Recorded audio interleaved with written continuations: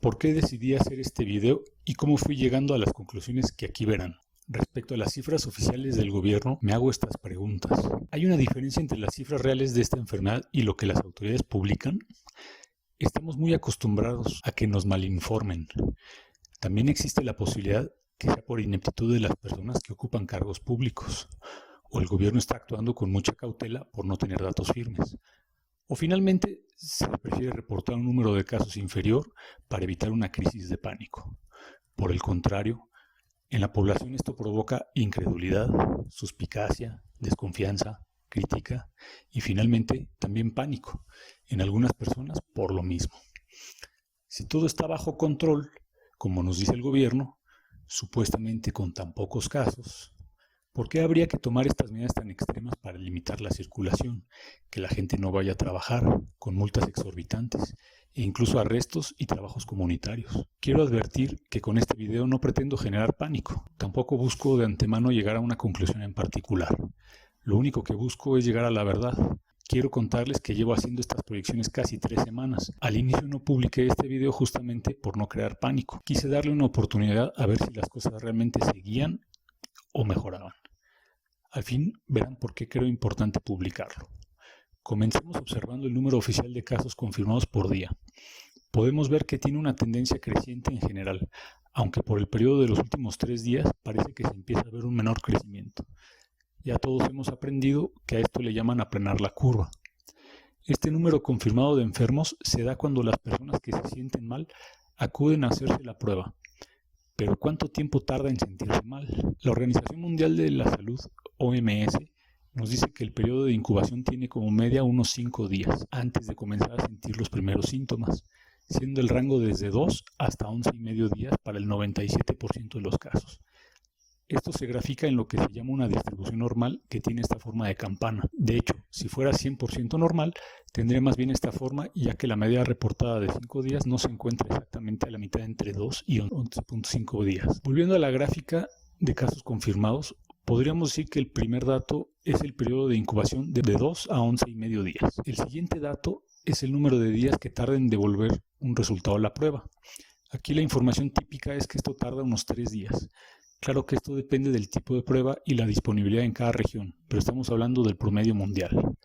Si tomamos una fecha y la cifra de casos confirmados ese día, por ejemplo, este punto del 26 de abril con unos 212 casos, tendríamos que irnos hacia atrás 3 días, que sería el día en que se tomó la muestra. De ahí para atrás comienza la curva normal, en que la media podría ser 6.6 días antes, y unos 11 y medio días antes de la prueba ya tendríamos prácticamente al 97.5% de los casos, entre el 11 y 12 de abril.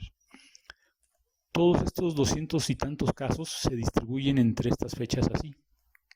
Lo mismo sucede con la cifra del día anterior, y así sucesivamente. Todas estas curvas se suman para dar un número de contagios por día. La curva de contagios entonces se ve de esta forma.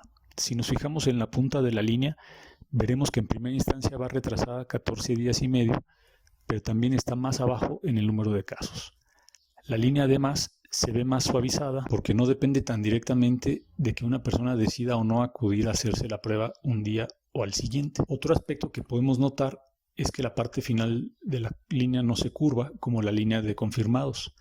Va a tomar varios días más en reflejarse un efecto de disminución en esta línea. El siguiente dato que quiero comentar es el número de casos no detectados, que podemos llamarle asintomáticos. Es posible que no sean del todo asintomáticos, sino que simplemente no acuden a realizarse la prueba y por lo mismo no se reportan, ya sea porque los síntomas son muy ligeros o porque no se tienen los medios para acudir a realizarse la prueba. Este dato es de 81.9% según un estudio realizado en Ginebra, en que se hicieron estudios a absolutamente toda la población de un cantón, y ahí se determinó que el número de contagiados era muy superior al esperado. Prácticamente el número de contagios es 5,5 veces más de aquellos que acudieron a realizarse la prueba por cuenta propia. Entonces, si graficamos la cifra de contagios de las personas que acudirán 12 días más tarde a diagnóstico, podemos ver la cifra de potenciales contagios. Aquí podemos ver que prácticamente llega a 1,000 personas, de las cuales unas 810 son asintomáticas y 180 son las que presentan síntomas. El siguiente dato que quiero recalcar es la fatalidad que se reporta. Hay mucha variabilidad. pero una de las cifras que me parece más confiable la reporta la Universidad Johns Hopkins con datos mundiales y la establece alrededor de 6.95%. Yo a esta cifra ya le hice un ajuste en base a mi proyección cerca de 4%, pero por el momento explicaré la metodología. Si tomamos estos 1000 casos de contagios y de esos aplicamos este casi 7% de fatalidad, tendremos unos 70 fallecimientos. Aquí entra en juego el siguiente dato, que estima que el tiempo promedio antes de fallecer es de unos 18 días para quienes entran en este supuesto. De los 70 fallecimientos esperados de esta fecha de contagio, no los veremos hasta dentro de 3 días más, considerando la última fecha reportada. Entonces nos aparece la curva de fallecimientos esperados que incluso se proyecta al futuro, pero podemos contrastarla contra las cifras ya confirmadas de muerte. Esta línea se ve así.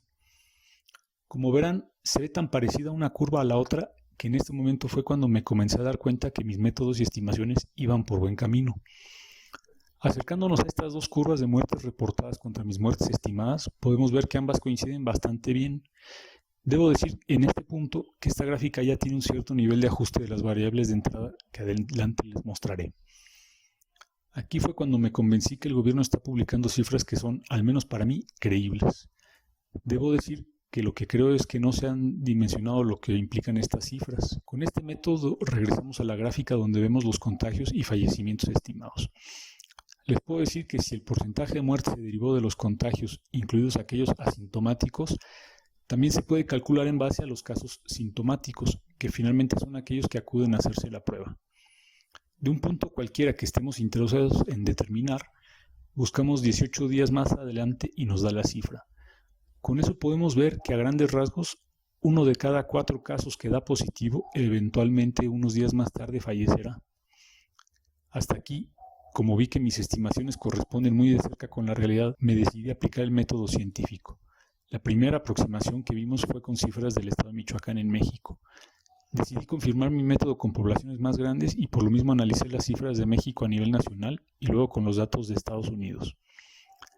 Ya no repetiré la explicación, solo fue necesario un mínimo ajuste a las variables y la gráfica a nivel nacional arroja resultados muy interesantes. Podemos ver que las muertes reportadas y estimadas se ven bastante semejantes.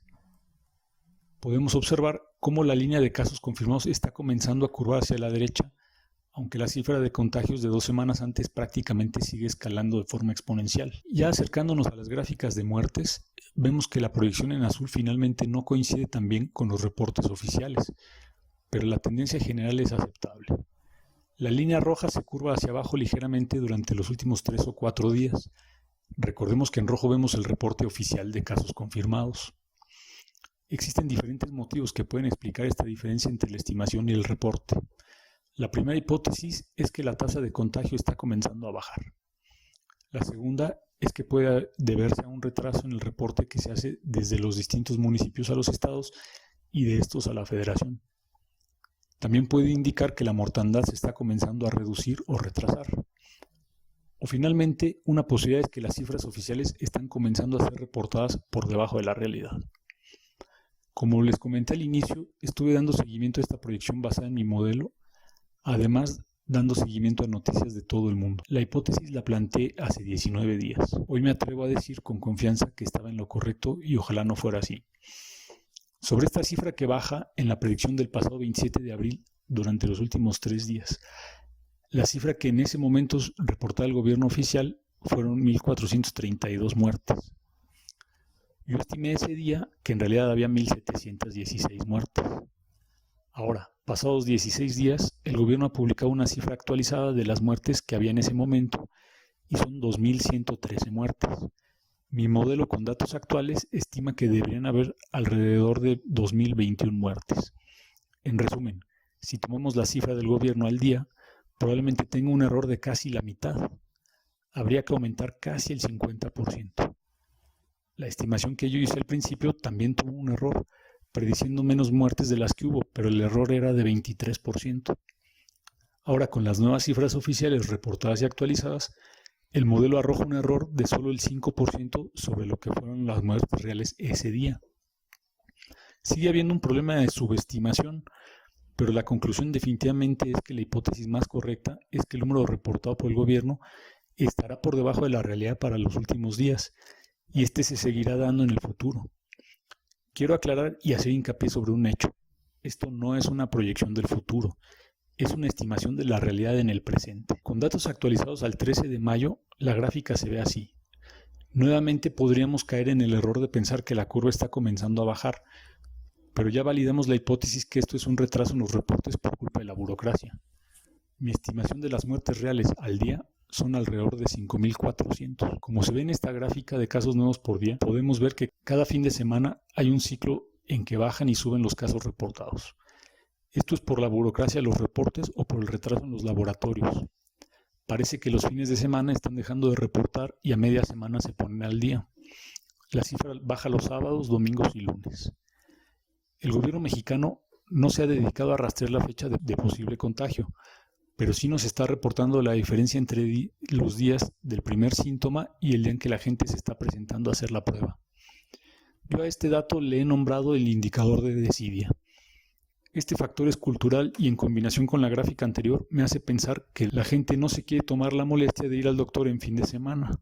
Cuando le pregunta el doctor cuántos días lleva sintiéndose mal, les da pena reconocer que llevan 3 días sintiéndose mal. Entonces dicen que apenas el mismo día.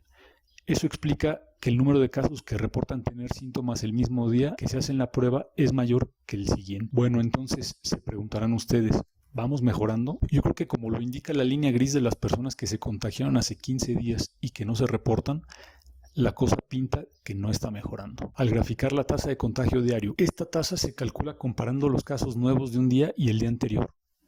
La estoy graficando sobre los casos de contagio de hace 15 días y no los reportados confirmados del día presente. Aquí una tasa de 100% sería el caso que los contagios se duplicaran cada día. Si vemos, esta tasa ha ido bajando y aunque estuvo en 100% al inicio, ahora está cerca de 3.2% diario. Cada día está bajando la velocidad de contagio y eso es una buena noticia, pero la cifra no presenta el número de contagios diarios, sino la velocidad de contagio. Tendría que llegar a ser 0 para que los casos no aumenten. Si vemos el número de días que tarda en duplicarse el número de casos, en esta gráfica va subiendo. Esta es otra forma de ver el mismo dato. Ha ido mejorando, ya que si toma más días para doblarse, quiere decir que la velocidad de contagio baja. Pero esta forma de expresar el dato me parece más fácil de entender y utilizar, como veremos más adelante. Esta gráfica termina el 28 de abril porque para estimar este dato estoy usando la fecha de contagio y no la de confirmación.